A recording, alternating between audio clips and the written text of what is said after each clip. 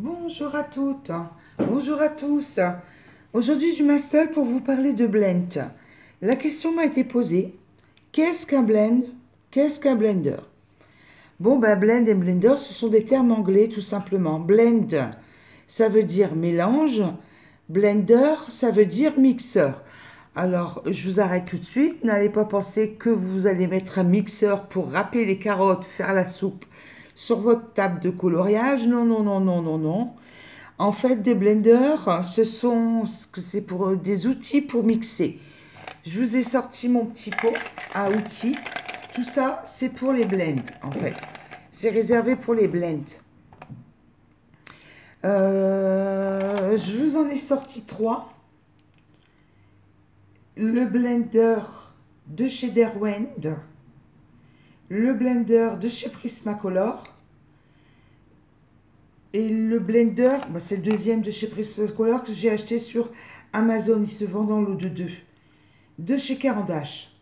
Celui-là, c'est celui de Caran d'Ache. Je vous conseille toujours, quand vous utilisez vos blenders, une petite lame, lame à ongles. Lime à ongles, pardon, lame. J'ai un peu exagéré, lame, on va dire une lime plutôt à ongles. Ça permet tout simplement de nettoyer vos mines. Ou ben, de les tailler, de les mettre en pointe, ou comme vous le désirez. Pour le test, j'ai pris des crayons, 2 crayons de chez Polychromos. Parce que je pense que beaucoup de monde a Polychromos. C'est soit Poly, il y a la team Poly, il y a la team Prisma. Bon, écoutez, j'ai les Polychromos. On va faire avec le test avec les Polychromos. Donc, je m'en vais à la table de travail. Je pose les 2 couleurs pour vous montrer ce que c'est un blend.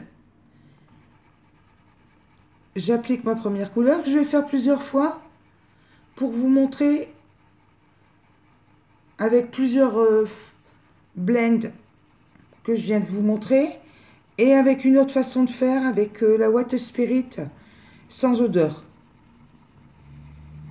Maintenant, les blends que vous allez trouver sur Amazon ou dans les boutiques style la Centrale des Beaux-Arts, c'est tout à chacun. Chaque personne préfère telle marque, d'autres personnes préfèrent autre marque.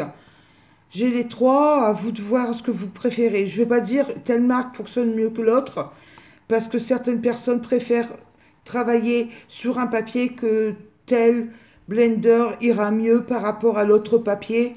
Donc je ne veux pas entrer dans des polémiques. Pour moi, ils vont bien, tous les 3, suivant les papiers que vous utilisez.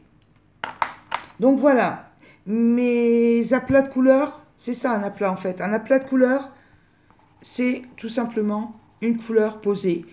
Vous faites votre forme, vous posez votre couleur, ça s'appelle un aplat de couleur.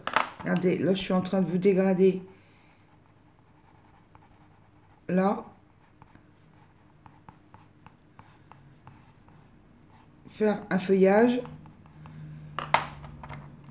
avec tout simplement des aplats de couleurs.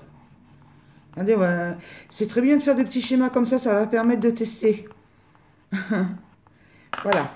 Donc là, on s'en va avec le blend, je ne sais pas si vous voyez bien, de chez Prisma. Avec, je vais noter à côté, Prisma. P-R-I-S-M-A. Voilà. Alors on y va, on mélange. En fait, on mélange, on blende avec son blender. Le blender, c'est l'outil.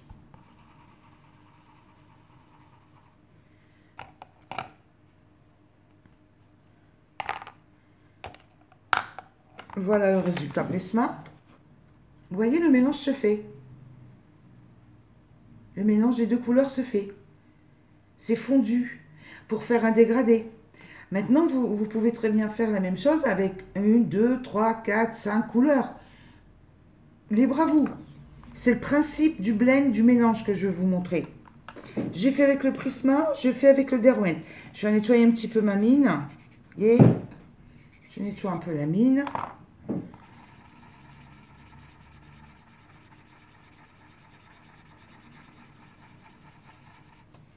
Je note à côté tout de suite pour ne pas oublier Derwent.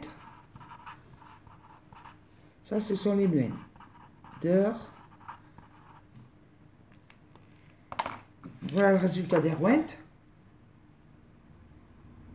Vous voyez, il n'y a pas grande différence avec le blend de chez Prisma juste au-dessus. Hein. Et après, vous avez le blend de chez Caran d'Ache.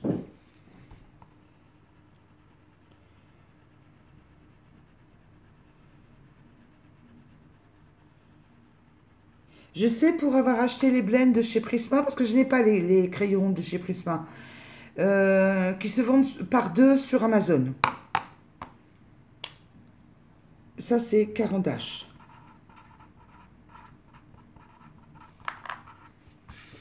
Regardez. Vous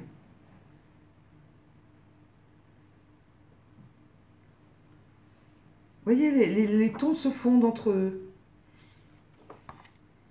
Ils se mélangent. Ils se blendent. Et la dernière solution, en fait, là, il faut prendre le petit coton-tige. Il faut travailler un petit peu. Prendre un petit coton-tige. De la Water Spirit sans odeur.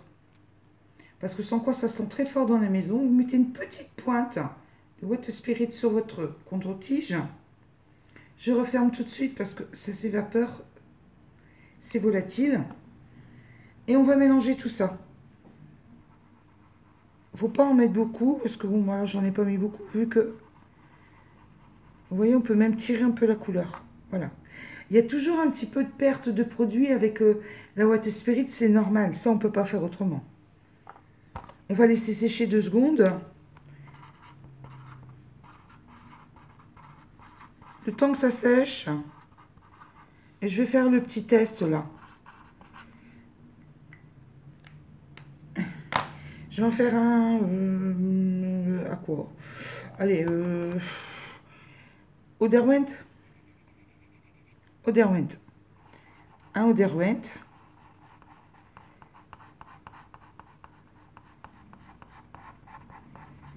Je vous fais vraiment ça à l'arrache. Hein.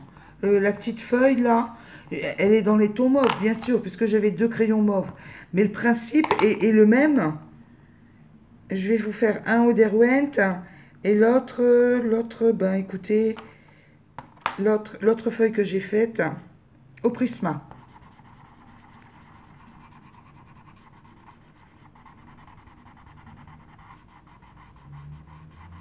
C'est pour se familiariser avec le vocabulaire.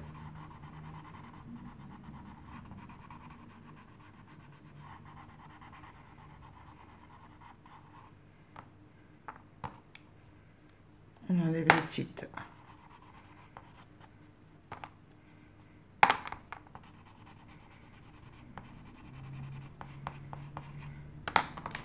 Regardez. Vous voyez, les couleurs se sont fondues entre elles. Après, c'est à travailler. J'ai vraiment fait ça à l'arrache. Hein. Voilà. Avec les blenders que je vous ai montrés.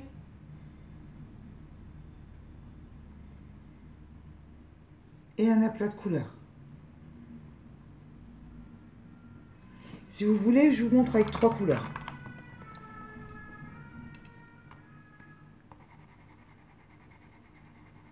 Une. Toujours avec les polychromos. 2.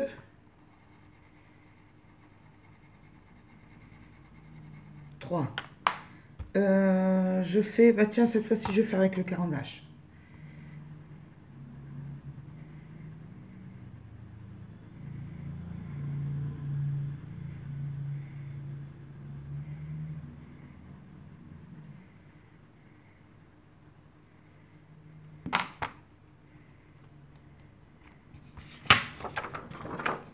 Je vais noter Caran d'Ache.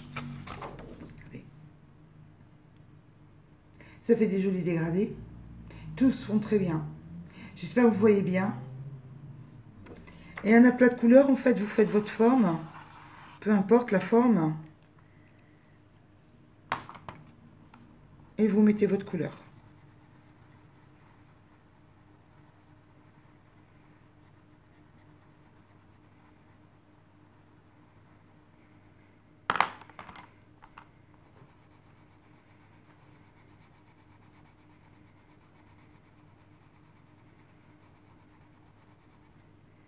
Voilà, c'est tout simplement ça, un aplat.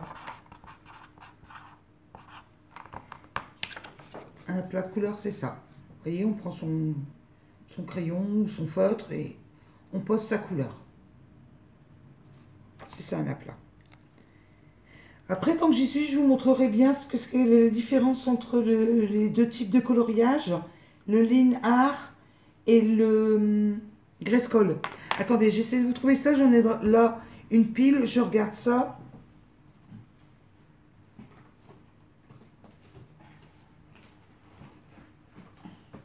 Un Grayskull, c'est ça.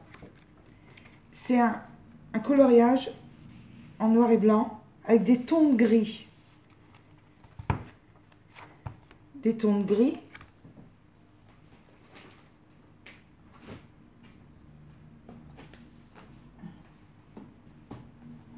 Et un coloris. Bah, j'en ai un autre là de Grayskull.